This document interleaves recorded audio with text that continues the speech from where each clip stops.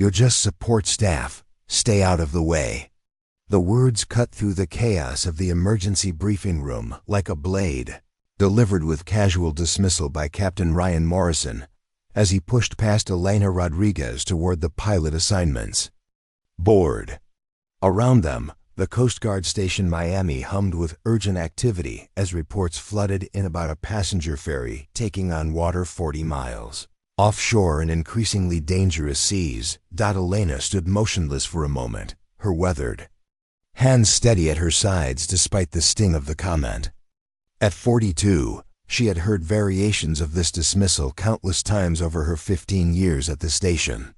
Her compact frame and quiet demeanor often led people to overlook her, to assume she was simply another administrative worker shuffling papers while the real heroes handled the dangerous missions.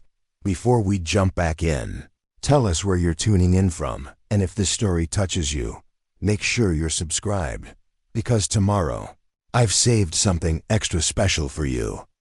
They had no idea they were looking at one of the most experienced helicopter pilots on the eastern seaboard.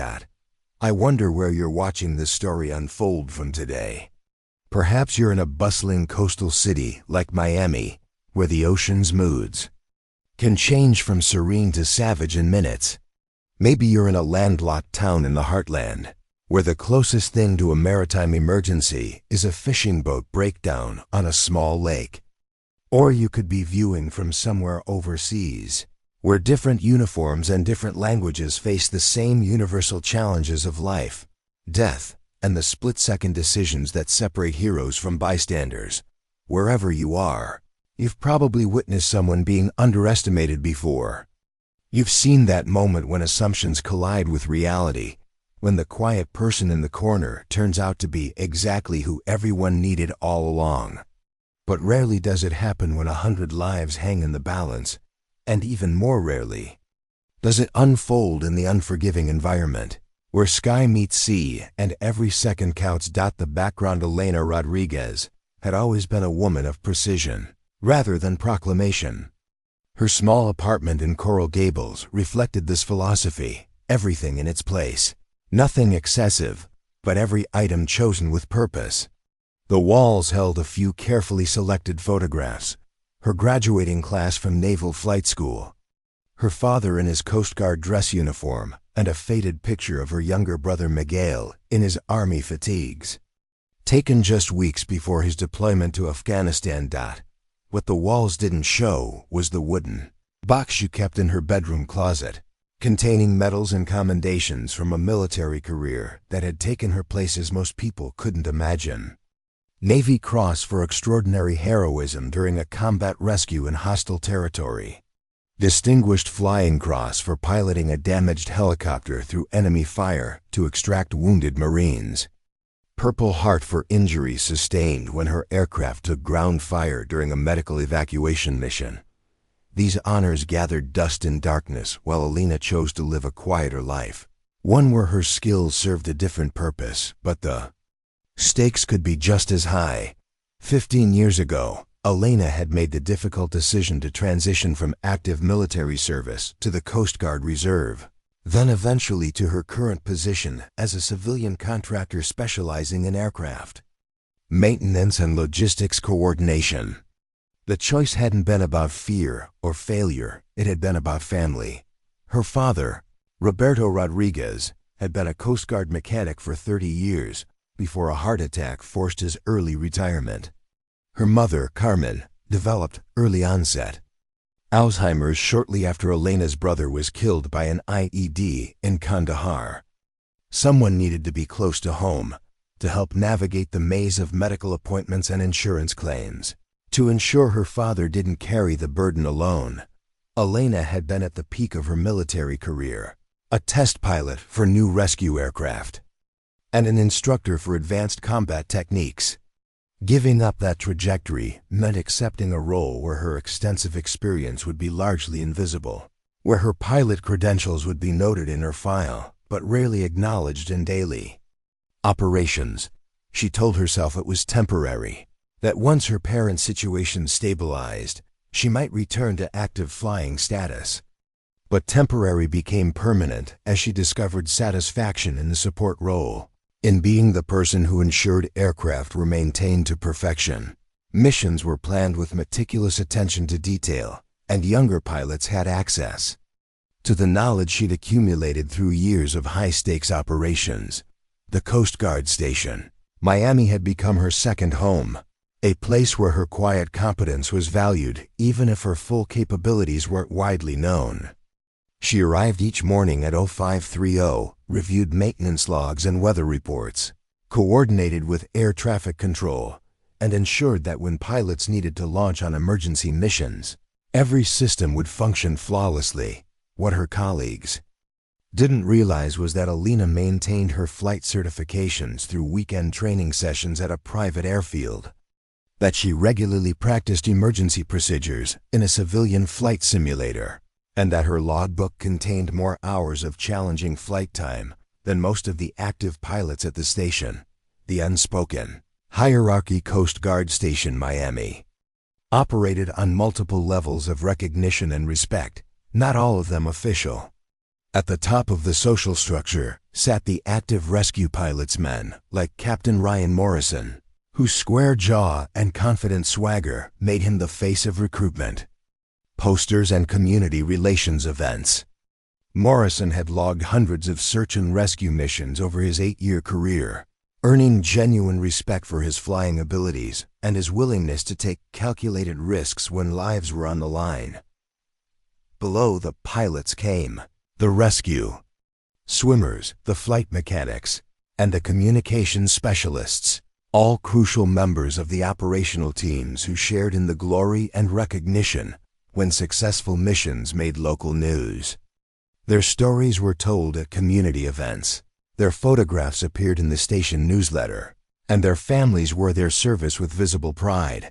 Then came what Morrison and others casually referred to as support staff, the maintainers, logistics coordinators, administrative personnel, and contractors who kept the operation running, but rarely saw their names associated with dramatic rescues. Elena fell squarely into this category in the minds of many colleagues, despite her contractor status technically placing her outside the traditional hierarchy. The assumption was understandable, if uninformed. Elena dressed in simple work clothes, khaki pants, plain polo shirts with small Coast Guard contractor badges, steel-toed boots suitable for hangar work. She carried herself with competent efficiency rather than the swagger that characterized many pilots. When she spoke during briefings, it was usually about maintenance schedules, parts procurement, or weather considerations rather than flying techniques or mission strategy. Personnel often mistook her for an administrative assistant or civilian office worker. Veteran crew members knew better, but had grown accustomed to her behind-the-scenes role. Even those aware of her military background assumed it was in support rather than operational positions, perhaps a logistics specialist or communications officer rather than a combat pilot with nearly 1,000 hours of flight time in some of the world's most dangerous conditions. This misperception had practical consequences beyond hurt feelings. When pilot assignments were made for complex missions, Elena's name never appeared on the consideration list. When training opportunities arose for advanced techniques or new aircraft systems, invitations went to active pilots and their backups. When visiting dignitaries or media representatives wanted to interview station personnel about challenging rescues, Elena was typically behind the scenes, ensuring equipment was camera-ready, rather than sharing her perspective on the technical aspects of maritime aviation. The system worked smoothly most of the time, with clear roles and established procedures that had been refined through years of successful operations. Elena had found her place within it, contributing her expertise in ways that made missions safer and more efficient without challenging the existing order. But systems built on assumptions rather than capabilities have inherent vulnerabilities. Weaknesses that only become apparent when circumstances exceed normal parameters and conventional solutions prove inadequate. The building crisis. The Emergency began as many maritime disasters do, with mechanical failure compounded by deteriorating weather conditions and a series of small decisions that collectively created a catastrophic situation. The Caribbean Star, a passenger ferry operating between Miami and Key West, had departed Port Everglades that morning, carrying 97 passengers and 8 crew members. The vessel was certified for the route and commanded by Captain Luis Hernandez, a veteran mariner with 20 years of experience navigating South Florida waters. Elena first became aware of the developing situation when emergency radio chatter increased in frequency and urgency around 1400 hours. She was in the maintenance hangar, reviewing inspection reports on the station's primary rescue helicopter, when Coast Guard communications specialist Janet Walsh approached with a worried expression. "Elena, we might have a situation developing," Janet said, consulting her tablet. "Ferry Caribbean Star reported engine problems about an hour ago. They were managing it, but the weather's picking up faster than forecast." Elena looked up from the maintenance logs, instantly shifting into operational mode. Position? 42 miles southeast of Miami, heading toward Key West when the engine problems started. They've been trying to make repairs while drifting, but the wind's pushing them further offshore. Through the hangar's open doors, Elena could see palm trees beginning to bend as afternoon winds increased. The weather forecast had called for moderate seas with winds up to 25 knots, manageable conditions for both ferry operations and potential rescue missions. But South Florida weather was notoriously unpredictable, and Elena had learned to trust her instincts about changing conditions. "What's the latest marine forecast?" she asked, already moving toward the operations center. "That's the problem," Janet replied, keeping pace. "Weather Service just upgraded to small craft advisory, winds 25 to 35 knots with gusts to 45. Seas 4 to 6 feet, building to 6 to 8. Elena's expression tightened. Those conditions represented the upper limits for safe ferry operations and the beginning of challenging parameters for helicopter rescue missions. More concerning was the trend if conditions continued deteriorating. What started as a manageable mechanical problem could quickly escalate into a life-threatening emergency. In the operations center, she found Lieutenant Commander Sarah Chun coordinating with multiple agencies while monitoring radio communications from the ferry. Chun, the station's executive officer, was methodical and experienced, but Elena could see the stress building in her posture as reports painted an increasingly dire picture. "Caribbean Star, Coast Guard, Miami. What's your current status?" Chun's voice maintained professional calm despite the urgency of the situation. The response crackled through static that suggested the ferry's communications equipment was beginning to struggle with the rough seas. "Coast Guard, Caribbean Star. We've lost our primary engine and can't restart. Secondary engine is running but overheating.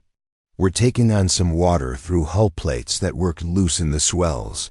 Nothing we can't manage for now, but we'd appreciate a tow when conditions permit." Elena moved to the weather monitoring station, pulling up satellite imagery and marine forecasts on multiple screens. What she saw confirmed her growing concern. A fast-moving weather system was intensifying as it approached from the southeast, bringing conditions significantly worse than the morning predictions.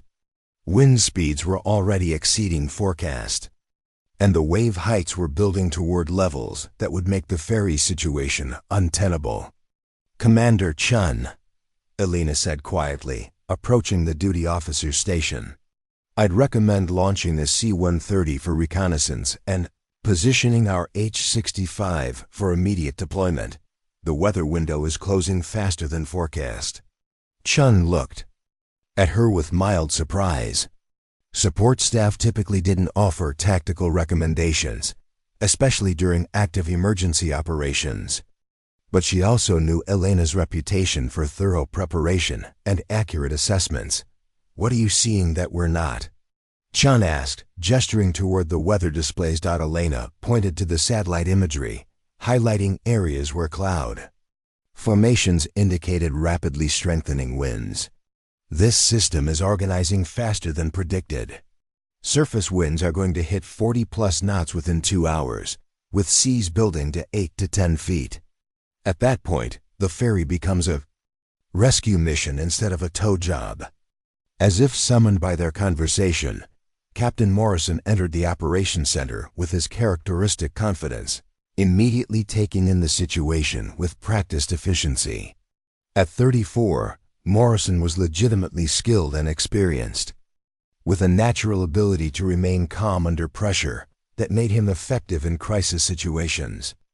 "What's our response plan?" he asked, addressing Chun while nodding acknowledgement to Elena and Janet. "Ferry with engine problems 40 miles out," Chun summarized. 105 souls on board, taking on water but manageable for now. Weather deteriorating faster than forecast. Morrison studied the weather data for a moment before making his assessment. "We should be able to handle this with standard protocols. Launch the Falcon jet for reconnaissance. Position rescue 6509. For potential deployment. If we need to extract passengers, we can do it in multiple trips once we establish the situation."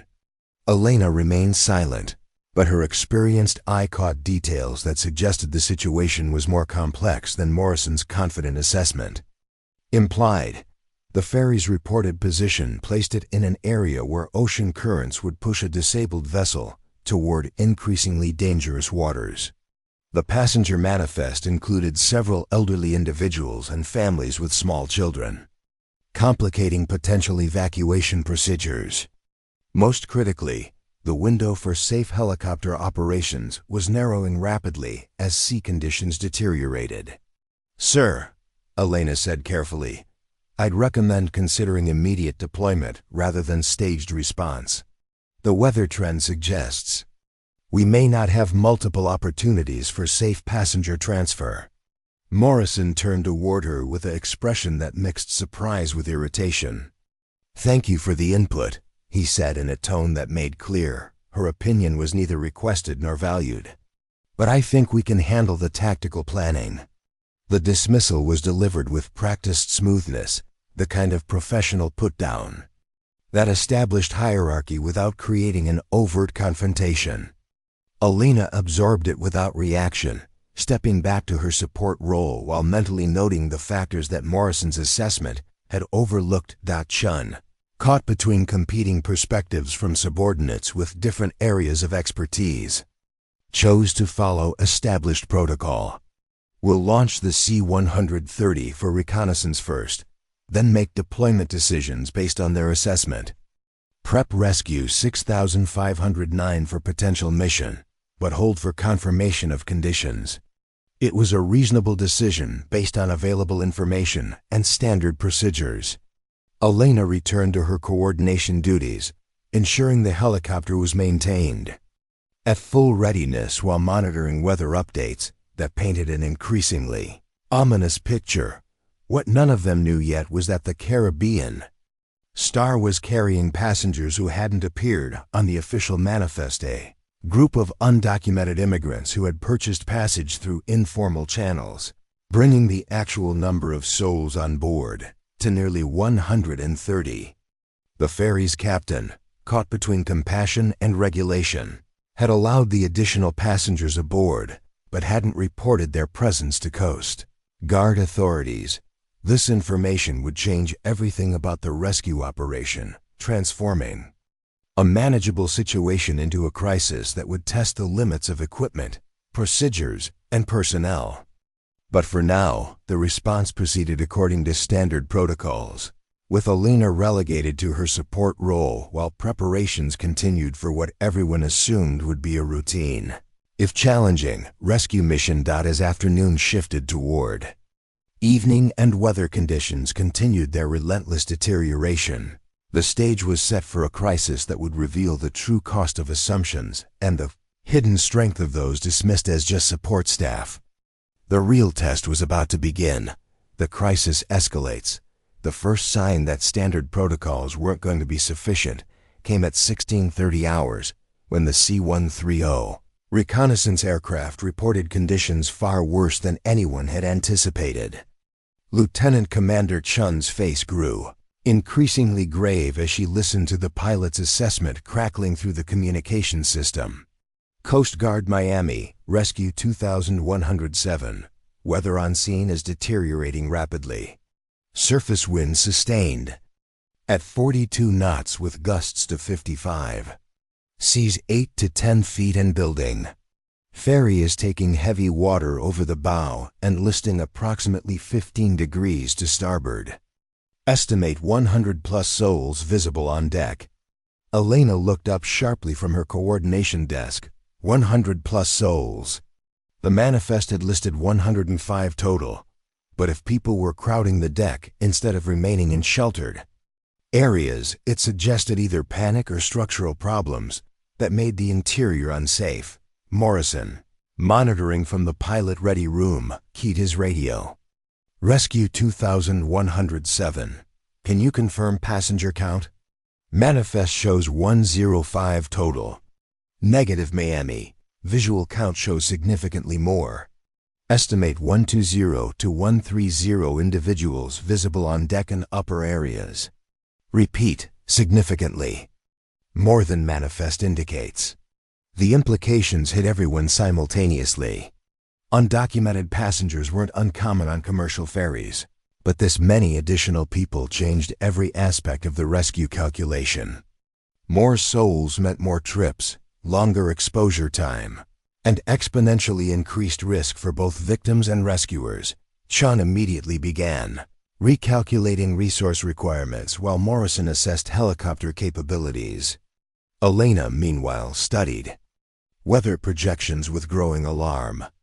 The deteriorating conditions were approaching the absolute limits for safe helicopter operations, and they were rapidly running out of time.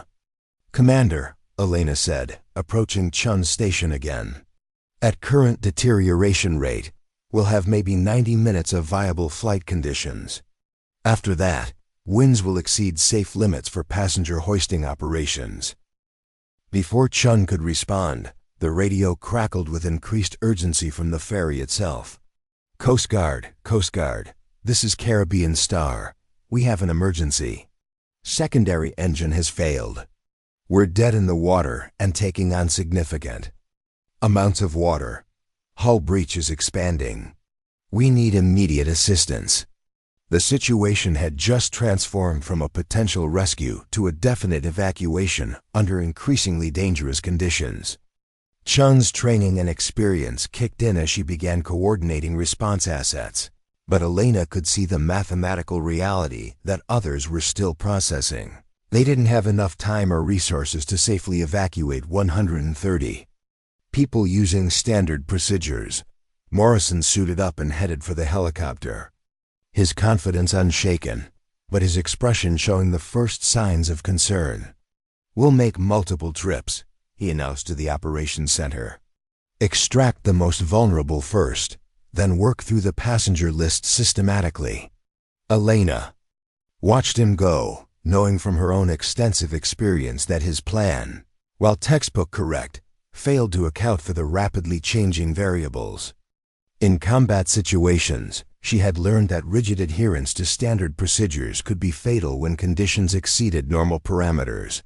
The first attempt rescue 6509 launched at 16:45 hours with Morrison as pilot in command, accompanied by rescue swimmer Petty Officer Marcus Thompson and flight mechanic, Chief Warrant Officer Lisa Park.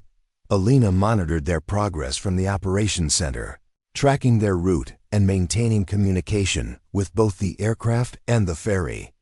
Helicopters' transit to the scene took 18 minutes through increasingly turbulent air. Morrison's radio reports documented the deteriorating conditions with professional calm, but Elena could hear the strain in his voice as he fought to maintain stable flight in gusting crosswinds. Coast Guard Miami, Rescue 6509 on scene. Confirming. Previous assessment ferry is listing heavily to starboard and riding low in the water. Multiple passengers visible on deck. Sea state is marginal for hoisting operations but manageable. Beginning rescue operations. Elena pulled up the technical specifications for the H-65 Dolphin helicopter on her computer, reviewing performance limitations in high wind conditions. The aircraft was rated for operations in winds up to 45 knots, but those specifications assumed ideal circumstances. With gusting winds, turbulent air, and the need for precise positioning over a moving vessel, actual operational limits were significantly lower. The first extraction attempt went smoothly. Thompson successfully deployed to the ferry's deck and secured an elderly passenger with mobility issues, hoisting him safely to the helicopter.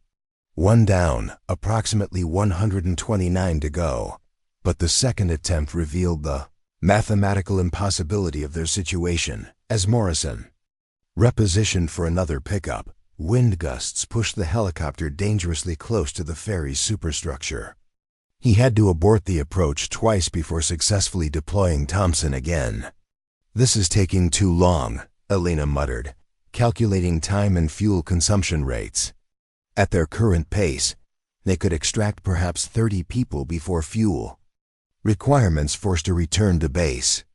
Even with immediate refueling and turnaround, weather conditions would have deteriorated beyond safe operating limits before they could complete a second round. As if reading her thoughts, Morrison's voice came through the radio with increased tension. "Miami, Rescue 6509. Wind conditions are approaching operational limits. Request permission to continue operations with reduced safety margins."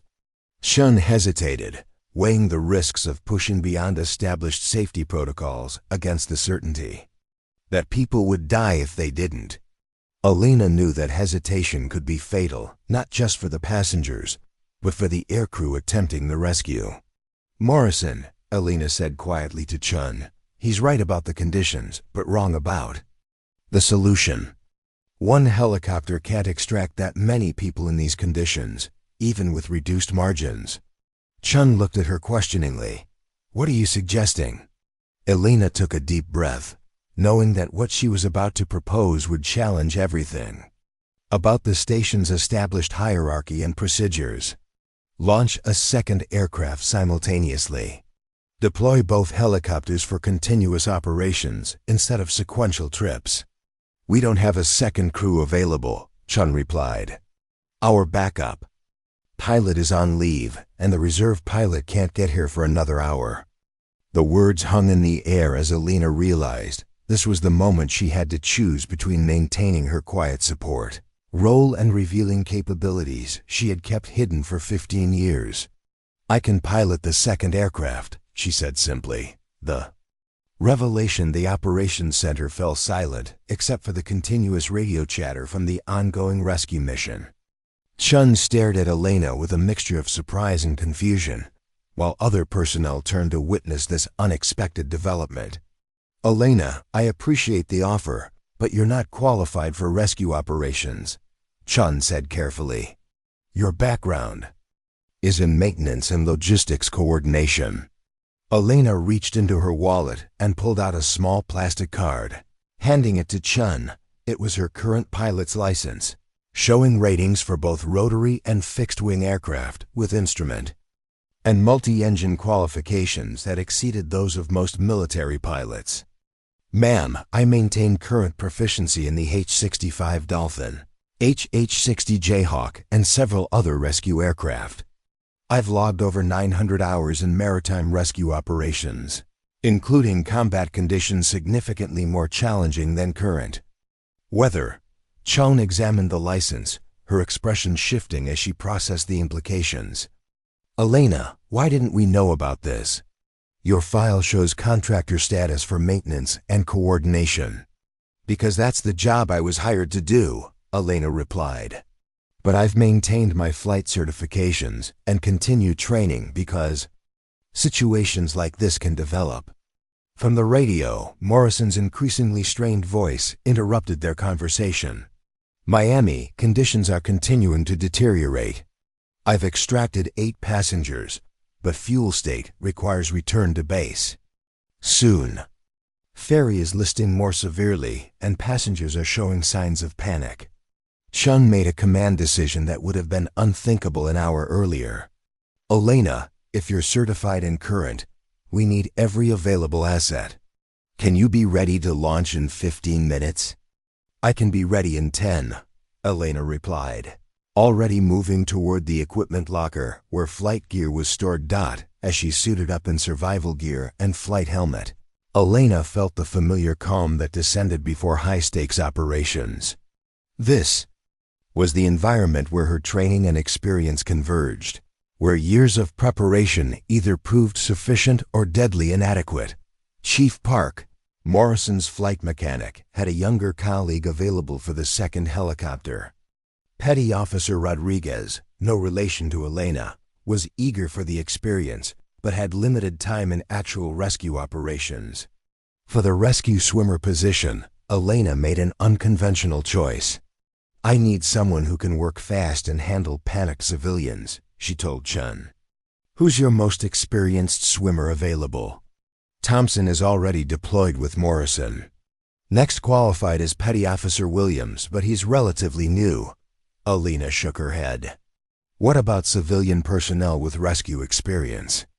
EMTs, firefighters, anyone with medical training and water experience? Chun consulted her personnel roster quickly.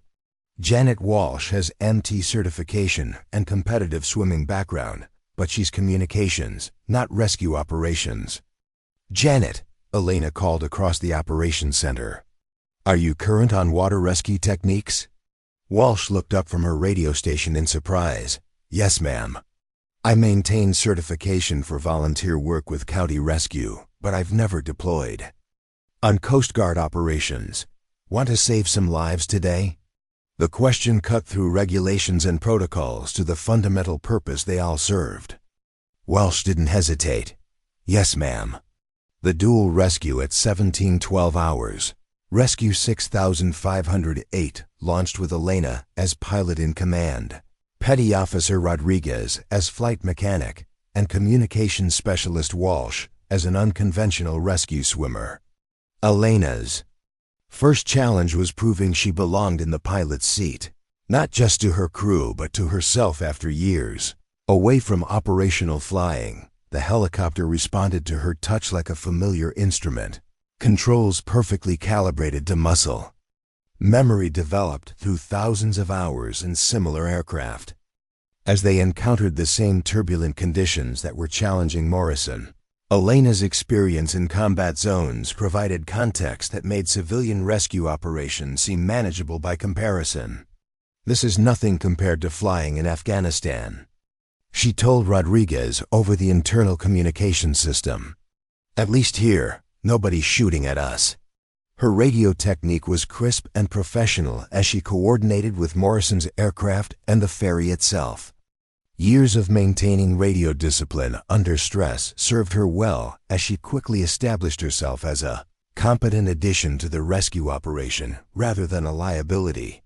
Rescue 6509, Rescue 6508 on scene for coordinated operations. Recommend alternating extraction points to minimize interference. Morrison's response showed surprised relief at having professional backup. Roger, 6508. Welcome to the party. I'll take stern position, you take forward deck area. Ferry captain reports. Structural integrity deteriorating rapidly. Elena's first look at the Caribbean Star confirmed her worst fears. The vessel was listing severely to starboard, riding dangerously low in increasingly violent seas. Passengers were crowded on the upper deck, many clearly terrified, and some showing signs of seasickness and exhaustion.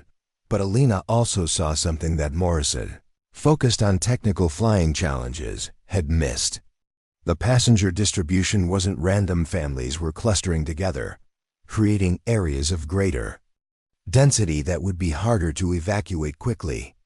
More critically, several passengers appeared to be in distress beyond simple fear, suggesting medical emergencies that would complicate extraction procedures. Janet, Elena said to Walsh over the internal communications, you're going to see some scared people down there. Medical training comes first, rescue swimmer technique second. We need to move fast but keep people calm. Walsh's response was steady despite her lack of experience in this type of operation. Understood. I'm ready. Elena's first extraction was a family with 2 small children, a situation that would have required significant time with standard procedures. But her military experience had taught her to adapt techniques to circumstances rather than rigidly, following protocols designed for different situations. Instead of individual hoisting, she positioned the helicopter for simultaneous extraction of the parents and children using a specialized basket, typically reserved for medical evacuations. The technique required precise flying and perfect coordination with her crew, but it reduced extraction time from 6 minutes to 2. 6,509, 6,508, Elena radioed to Morrison. Suggest modified basket extraction for family groups. We can triple our efficiency. Morrison's response carried new respect for his unexpected colleague. Roger that. Following your lead on technique. Modifications. The race against time. What followed was the most intensive rescue operation in Coast Guard Station, Miami's recent history. Elena and Morrison worked in coordinated precision, their aircraft dancing around each other in increasingly violent weather as they extracted passengers from the sinking ferry. Elena's unconventional crew proved remarkably effective. Rodriguez, initially nervous about working with an unknown pilot, quickly adapted to Elena's flying style and became an essential part of the operation. Walsh exceeded all expectations, using her medical training to triage passengers and her calm demeanor to manage panic among frightened civilians, but the mathematical reality remained unforgiving. Despite their improved efficiency and dual aircraft operations, they were extracting passengers at a rate that barely kept pace with the ferry's deteriorating condition. Elena's fuel calculations showed they had perhaps 40 minutes of operation remaining before both helicopters would need to return to base. At 1748 hours, the ferry's captain made an announcement that changed everything. Coast Guard aircraft, Caribbean Star, were taking on water faster than pumps can handle. I estimate 20 minutes before the vessel becomes unstable for evacuation operations. We have approximately 80 passengers remaining on board. Elena did rapid calculations while maintaining her position over the extraction point. 80 passengers, 20 minutes, 2 aircraft operating at maximum efficiency. The numbers didn't work. They needed a different approach. Morrison, she radioed, we need to consider mass evacuation techniques.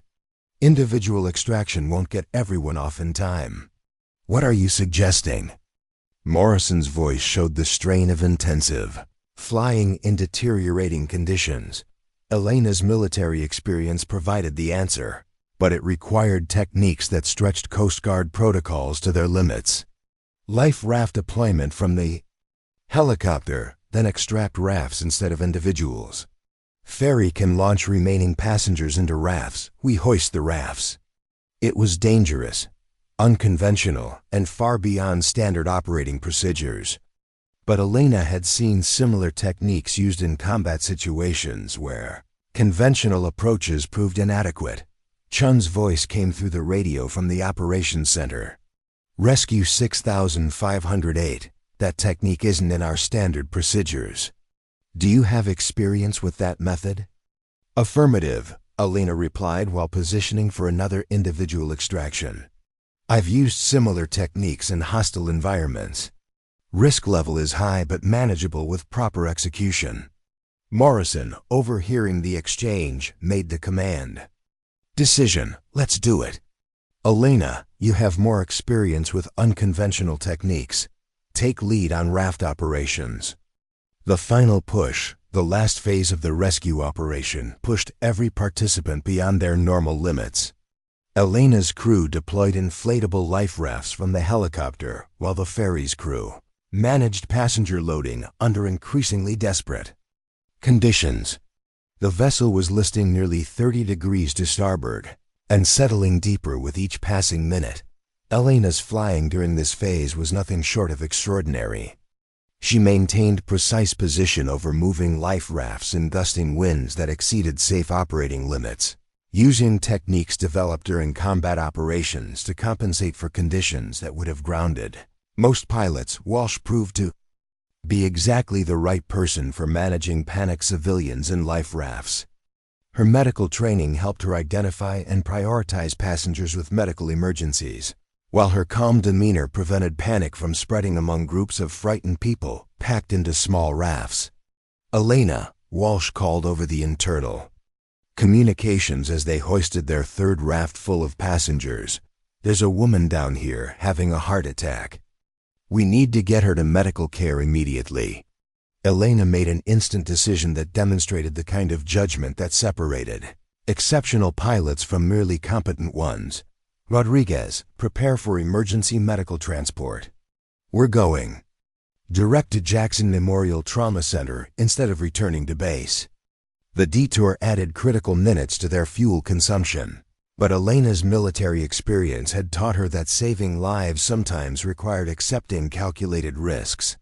She flew the emergency transport with precision that impressed even Morrison, who was monitoring their progress while continuing his own extraction operations. By 1815 hours, both helicopters had extracted 128 passengers from the Caribbean Star. The ferry's captain and 2 crew members remained aboard, determined to stay with their vessel until the end. Elena made one final approach to the sinking ferry, her fuel gauges showing reserves that allowed for only one more extraction attempt. The captain initially refused evacuation, citing maritime tradition and responsibility for his vessel. "Captain," Elena radioed directly, "your vessel is lost, but your crew can still be saved. There's no honor in unnecessary sacrifice." Her words, delivered with the authority of someone who had faced similar decisions under fire, finally convinced the captain to abandon ship. Elena's last extraction was performed with fuel levels so low that emergency procedures required immediate transit to the nearest landing site. Both helicopters landed at Coast Guard Station Miami with fuel reserves measured in minutes rather than the standard safety margins. Elena's unconventional crew had performed flawlessly, under conditions that would have challenged the most experienced rescue specialists.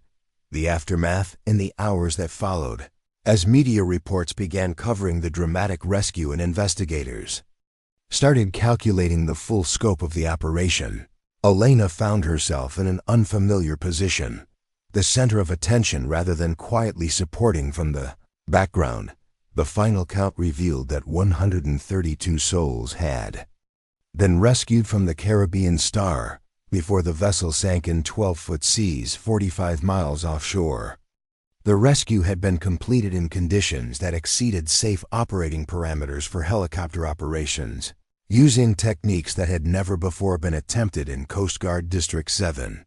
Captain Morrison, his ego bruised but his professionalism intact, was the first to acknowledge Elena's critical contribution to the mission's success. "Without Elena's experience and unconventional approaches, we would have lost people today," he told the station commander during the post-mission debrief. Her flying under those conditions was exceptional. Commander Chun's report to Coast Guard headquarters documented the operation as a case study in adaptive leadership and resource utilization. Elena's transition from support staff to operational pilot became a focal point for discussions about personnel utilization and the importance of recognizing hidden capabilities within existing teams.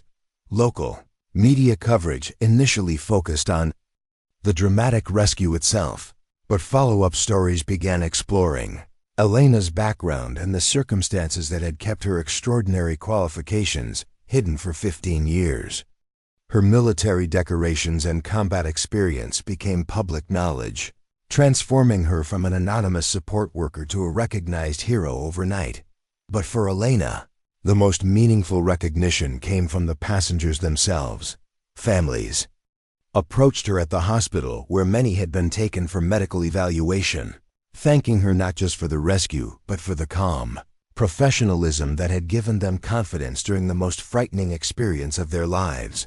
Maria Santos, traveling with her 3 young children, captured the sentiment of many survivors. She wasn't just saving our lives, she was showing us that everything would be okay. When someone that calm and capable is in charge, you know you're going to make it. Full circle 6 months after the Caribbean Star rescue, Elena Rodriguez stood in the same Coast Guard hangar where she had once been dismissed as just support staff. But now she wore the uniform of a commissioned Coast Guard officer, having been offered and accepted a position as a rescue pilot with a promotion to lieutenant. The transition hadn't been without challenges.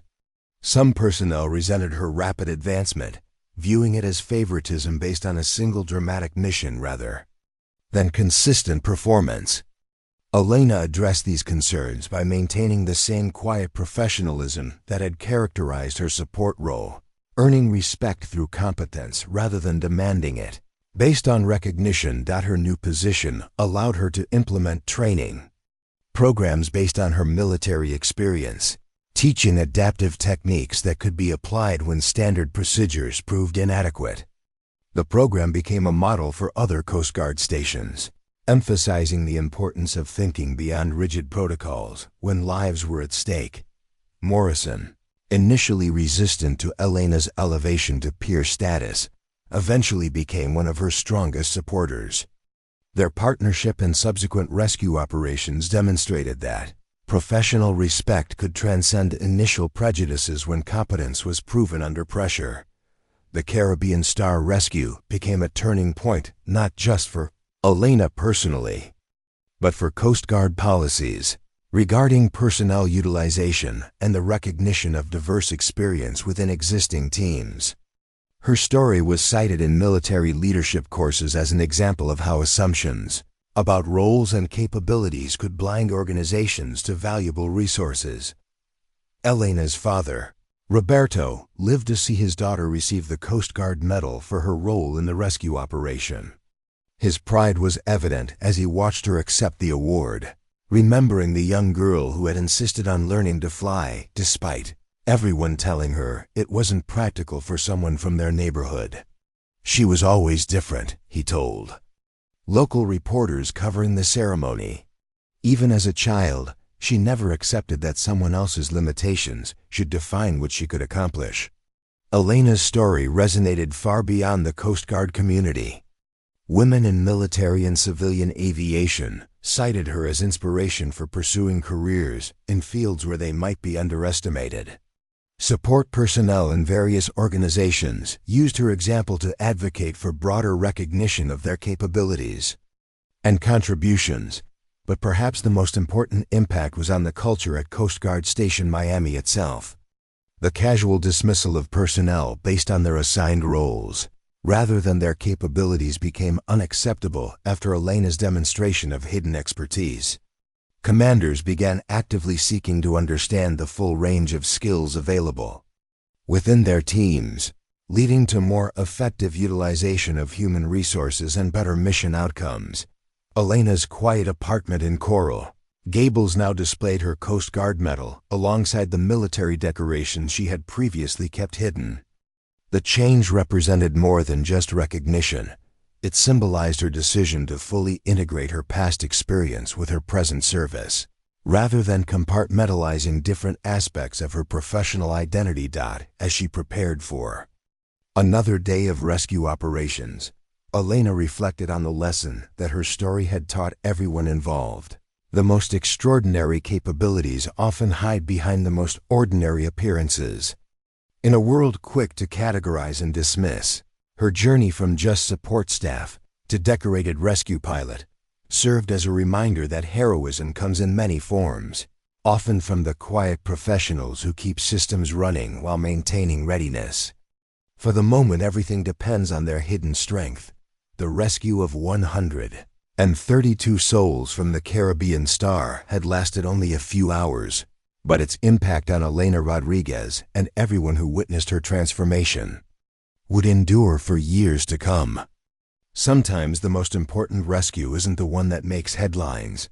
It's the rescue of potential that was almost overlooked, almost dismissed, almost lost to assumptions about who belongs where and what support staff can really accomplish. When the stakes demand nothing less than extraordinary. Up next, you've got 2 more standout stories right on your screen. If this one hit the mark, you won't want to pass these up. Just click and check them out. And don't forget to like, subscribe and turn on the notification bell so you don't miss any upload from us.